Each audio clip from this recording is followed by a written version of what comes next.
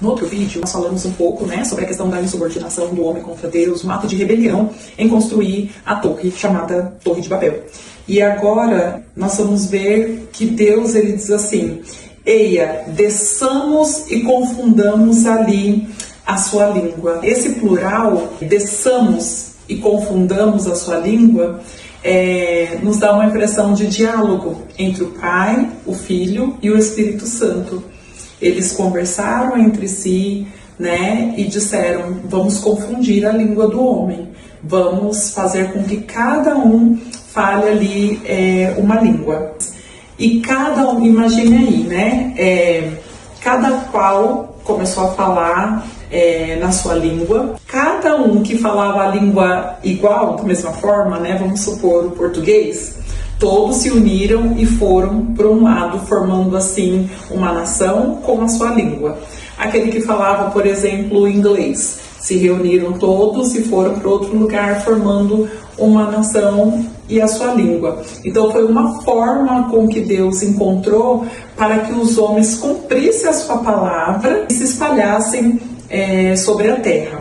Por isso que se chamou o nome Torre de Babel, porque Babel significa confusão, né? Então imagina que um não entendia o outro, era uma grande confusão realmente, né? Cada um falando agora a sua língua. Agora eu quero que vocês pensem comigo.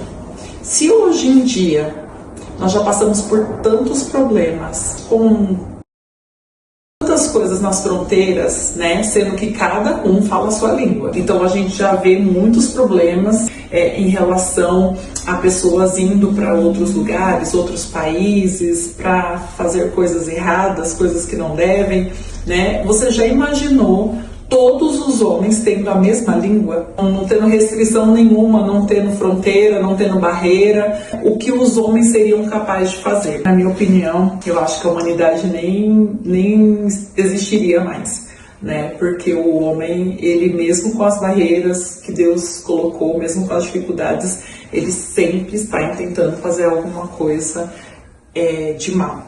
A palavra, ela vai continuar dizendo, né, sobre os descendentes de Noé, e nós vamos chegar em Terá. Terá, ele é o pai de Abraão, né? Nós estamos chegando aí na história de Abraão. E viveu Terá 70 anos e gerou a Abrão, que ainda não era Abraão, Naor e Harã. E diz a palavra do Senhor, lá em Josué 24:2, você vê que a Bíblia ela não traz todos os eventos num lugar só. A gente aqui está lendo sobre Terá, mas onde é que fala que Terá adorava outros deuses, como as pessoas ali daquela época? Em Josué 24:2. Vai nos dizer que a família de Abraão era uma família idólatra. Diz assim: então Josué disse a todo o povo: assim diz o Senhor Deus de Israel, além do rio habitavam antigamente vossos pais, Terá, pai de Abraão, pai de Naor, e serviram a outros deuses. Então a Bíblia deixa bem claro que Abraão, ele veio de uma família idólatra, onde o seu pai servia a outros deuses. Terá, o pai de Abraão, ele já estava peregrinando, ele já estava caminhando rumo a Canaã, mas aconteceu algo muito triste. A Bíblia diz que o seu filho Harã, que era o pai de Ló, ele morreu. E quando Harã, Terá, ele para de prosseguir, ele para de caminhar, ele constrói uma cidade com o nome do próprio filho, Harã, e ele fica ali, né? Ele não continua a sua peregrinação, ele não continua a sua caminhada, né? E quantas vezes a nossa vida é assim?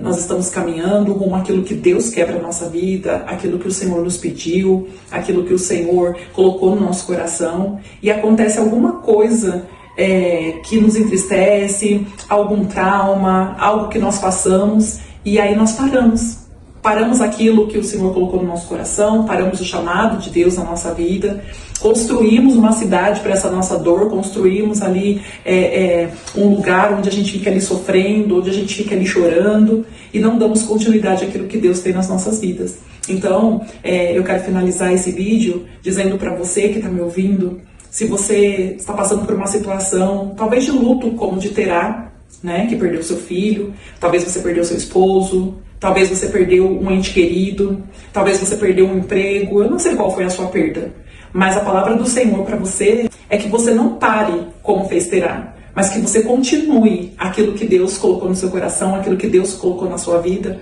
porque o mesmo Deus que permite as dores, né, desde que o homem pecou lá no Jardim do Éden, nós estamos sujeitos a passar por nós estamos sujeitos a passar por enfermidade, a passar por dores, mas que nesta tarde essa palavra entre no seu coração e que você guarde bem isso que o Senhor está falando com você, que essa dor não te pare, que essa dor não te paralise, mas que o nome do Senhor seja glorificado na sua vida. No próximo vídeo nós vamos falar sobre Abraão.